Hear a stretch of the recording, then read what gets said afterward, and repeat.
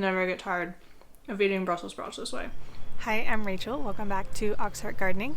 Today I'm going to show you how to harvest Brussels sprouts, when to know they're ready, all of that stuff. And then I'm also going to show you my favorite way to cook them. So here are my Brussels sprouts. They are sort of tall at this point, and they were planted a little late in the season, so they did not get a chance to get super tall before they started to flower. And at this stage, I'm wanting to get as many Brussels sprouts off as I can, because once this plant has flowered, all of it will taste a little more bitter.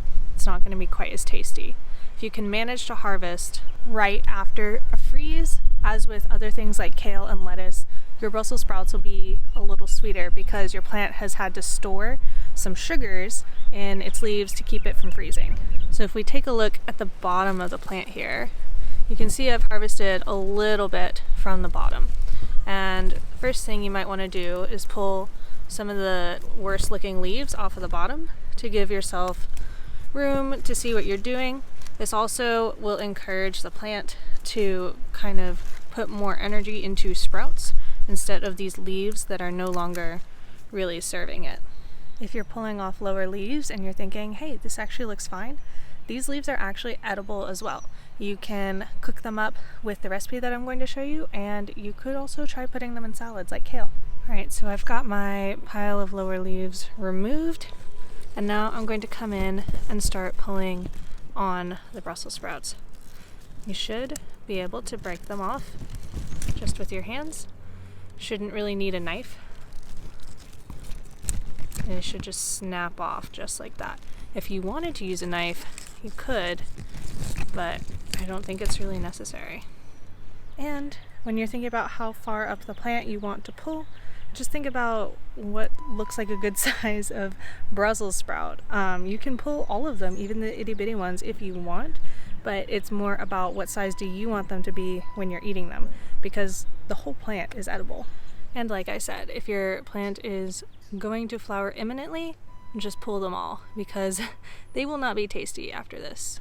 The biggest reason I'm not just harvesting the whole plant right now is because I do actually want the seeds from it. So I'm going to let it flower and go to seed and save those seeds for next year.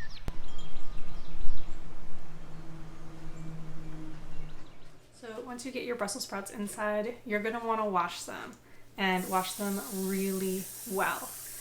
After getting all of the obvious dirt out of it, you're then going to want to soak them in some salt water for at least a few minutes. You can soak them a lot longer if you want to, but this is going to make sure that anything that's living in between all of those little leaves crawls out. Specifically, we are looking to get slugs out of our Brussels sprouts. So at this point, if you wanted to eat them all, you could go ahead and cook them all. But if you want to store some of them, then you can put them in a bag in the fridge. You want it to be kind of loosely sealed. I like to save old bread bags and put some of my vegetables from the garden in those to store in the fridge.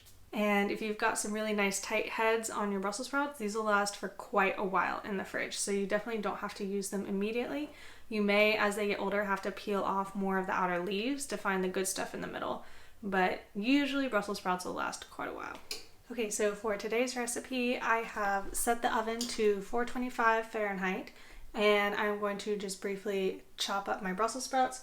I also have a few of these leaves that looked really good that I was pulling off, and I'm also going to chop these.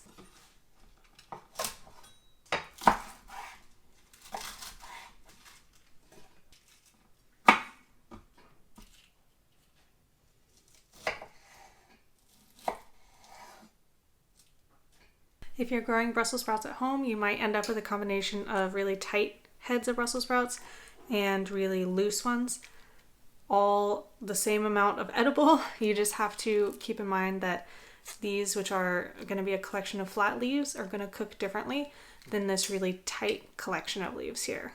So that's why what I'm doing is chopping these ones in half, and these ones I'm if it's got a tight center, I'll chop it in half, but if it's just loose all the way through, I will leave it whole. Alrighty, so I've got what I think would be a serving size in my bowl, and the next thing I need to do is coat this in oil. So next I'm just going to spread them all out on my pan I'm gonna make sure that I put the bigger, heftier Brussels sprouts near the outside edges and kind of pile all the smaller leaves toward the center so that they at least cook a little bit similarly. You're still gonna find that the loose leaves will cook up a lot faster, and if you want them to all be the same crunchy texture, then you're going to have to pull them out little by little as they're cooking. But me, I don't care that much. So I'm just gonna put them in the oven for 10 minutes and then check. So here's what my Brussels sprouts look like. These leaves, very crunchy now. That is what I like. And the outer edges of the leaves of some of these are starting to get crunchy. If you just have ones like this, it'll probably take you a bit longer. I usually would prefer, if I had the option, to make these a little crunchier. But since we've got some super crunchy leaves in there, I think that all of it together will be just great. So after I pull them out, I'm going to put them on my plate, add some salt and a little bit of lemon juice. Also optional, you can mix in some Parmesan cheese. That goes really nicely with this, but I'm just not in the mood today. And this honestly is great for any baked vegetable. The salt and lemon juice treatment just turns it all up a notch. Here you go. I will never get tired of eating Brussels sprouts this way. Nice and crunchy, and the salt and lemon juice combination is just, it's so easy and really hard to mess up.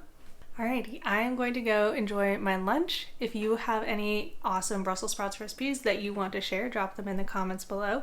Not just for me, but for everybody else who comes to this video after you. Thank you guys so much for watching, and until next time, happy gardening.